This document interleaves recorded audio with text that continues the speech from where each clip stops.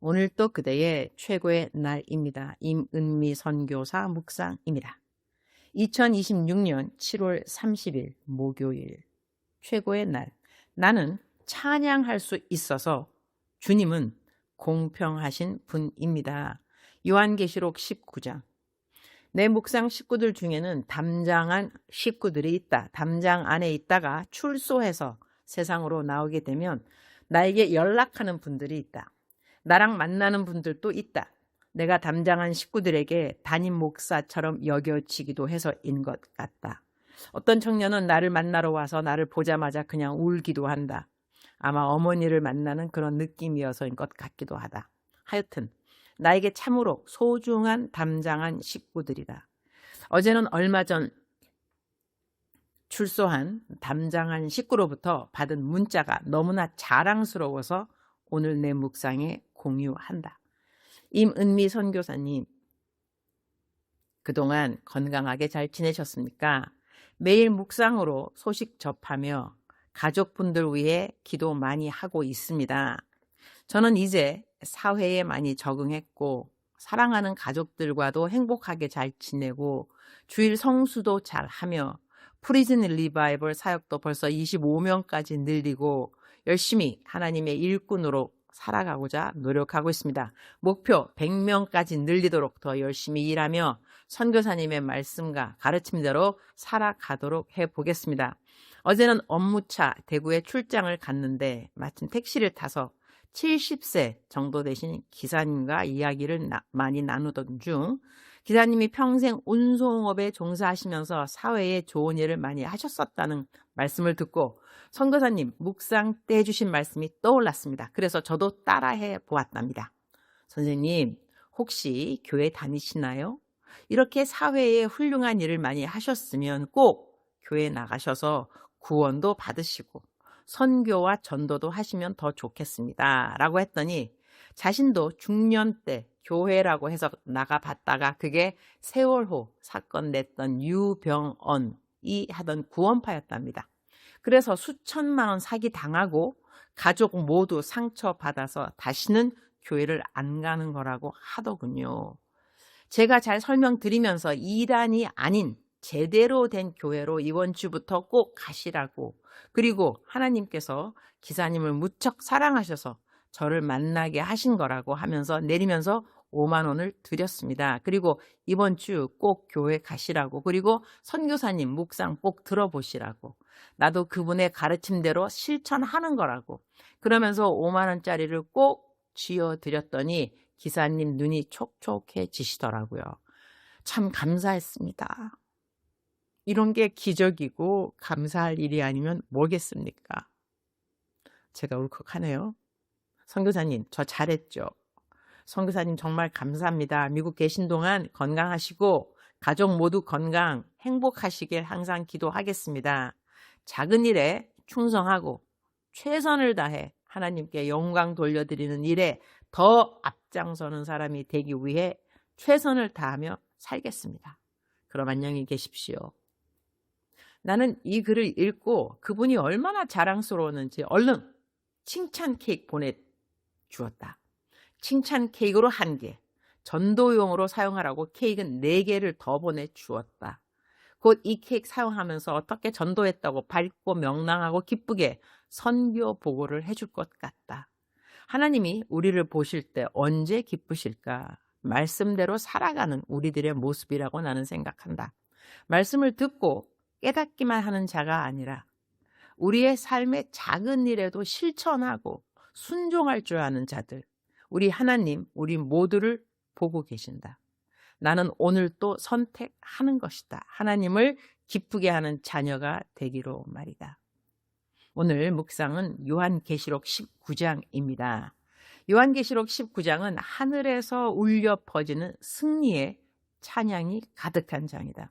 하나님께서 바벨론을 심판하시고 마침내 하나님의 나라가 완전하게 드러나자 하늘의 모든 무리가 하나님을 찬양한다. 그 가운데 5절은 보좌에서 직접 들려온 명령이다. 보좌에서 음성이 나서 이르시되 하나님의 종들 곧 그를 경외하는 너희들아 작은 자나 큰 자나 다 우리 하나님께 찬송하라 하더라. 하나님의 종들은 하나님을 섬기며 그분께 속한 모든 사람을 가리킨다. 특별한 직분을 가진 사람들만이 아니라 하나님을 주인으로 모시고 살아가는 모든 성도들이다.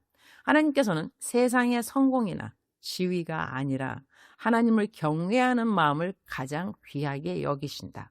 그리고 이어지는 작은 자나 큰 자나라는 말씀이 내 마음에 와닿는다. 세상은 사람을 크고 작은 것으로 구분한다. 많이 가진 사람과 적게 가진 사람, 유명한 사람과 이름 없는 사람, 높은 자리에 있는 사람과 낮은 자리에 있는 사람으로 나눈다. 성공한 사람, 실패한 사람. 그러나 하나님 앞에서는 그런 기준이 찬양의 자격을 결정하지 않는다는 것이다. 작은 자도 큰 자와 똑같이 하나님을 찬양할 수 있으며 하나님께서는 그들의 찬양을 동일하게 기쁘게 받으신다. 하나님 앞에서는 신분도 명예도 재산도 찬양의 조건이 아니다. 하나님을 경외하는 마음이 있는 사람이라면 누구나 하나님을 영화롭게 하는 예배자로 설 수 있다. 우리는 때때로 세상에서 작은 사람처럼 여겨질 수 있다. 다른 사람보다 가진 것이 적고 능력이 부족해 보이고 아무도 알아주지 않는 삶을 살 수도 있다. 그러나 하나님께서는 작은 자에게도 큰 자와 동일한 특권을 주셨다. 바로 하나님을 찬양하는 자리이다. 오늘 나는 이 말씀을 보면서 다시 한번 깨닫는다. 세상이 나를 작은 자로 평가한다고 해서 낙심할 이유는 없다는 것이다. 하나님은 나를 찬양의 자리에서 제외하지 않으셨기 때문이다. 내가 이름 없는 사람이라 할지라도 가진 것이 많지 않다 할지라도 사람들에게 인정받지 못한다 할지라도 나는 오늘 또 하나님 앞에 나아가 큰 자들과 함께 하나님을 높일 수 있는 은혜를 받은 사람이다. 그러므로 주님을 믿는 자는 그 누구도 자신을 다른 사람과 비교하며 자기 연민에 있어야 할 이유가 1도 없다. 주님, 오늘 또 최고의 날입니다. 주님을 찬양할 수 있는 이 자리의 특권이야말로 세상에 어느 힘이 있는 자리와 비교할 수 없습니다. 주님은 공평하십니다. 주님은 의로우십니다. 내가 어느 자리에 있어도 저의 찬양을 받아주시는 주님은 찬양 받으시기에 합당하신 분이십니다. 주님 사랑합니다. 주님 감사합니다. 오늘 또 우리 주님 저를 보시면서 하루 종일 기쁨을 넘어서 감동을 받으시면 참 좋겠습니다. 사랑하는 그대여. 사랑하는 그대여 출석 부르고 있습니다. 대답하셨나요? 제가 어제도 어느 분한테 들었는데 이렇게 부모님이 특히 어머님들이실 것 같아요. 어머님들이 제 이 묵상을 듣고 있으면 옆에 자녀들이 함께 듣는다고 하네요. 그러면서 엄마 빨리 대답해. 대답 안 하면 그렇게 말하기도 하고 또 제가 그 묵상을 이제 녹음하면서 묵상에 적혀 있지만 제가 하는 말 좀 있죠. 울컥하네요. 이 말 그죠? 그러니 우리 꼬마들도 그 말을 흉내낸다고 해요. 울컥하네요. 이렇게 우리가 살아가면서 하나님의 사랑, 하나님의 은혜, 하나님께 받은 용서함 이런 것들 때문에 우리가 울컥 그야말로 시도 때도 없이 울컥했으면 참 좋겠습니다. 저 또 울컥하네요. 하나님을 사랑하는 사람들은 누구라도 오늘 제 묵상 말씀처럼 그 누구라도 천한 자나 부자나 그 누구라도 하나님을 찬양할 수 있다는 것입니다. 사랑하는 그대여. 오늘 그대의 상황이 어떠하던지 간에 그 상황이 그대를 정말 낙심케 하고 바닥을 친다는 생각을 갖게 할지라도 그래도 그대는 오늘 찬양할 수가 있습니다. 이것이 힘입니다. 여호와를 기뻐하는 것이 우리의 힘이라고 했습니다. 여호와를 기뻐하는 그대에 있는 모든 짐들이 힘이 되기를 축복합니다. 사랑하는 그대여, 사랑합니다. 사랑하는 그대여, 축복합니다.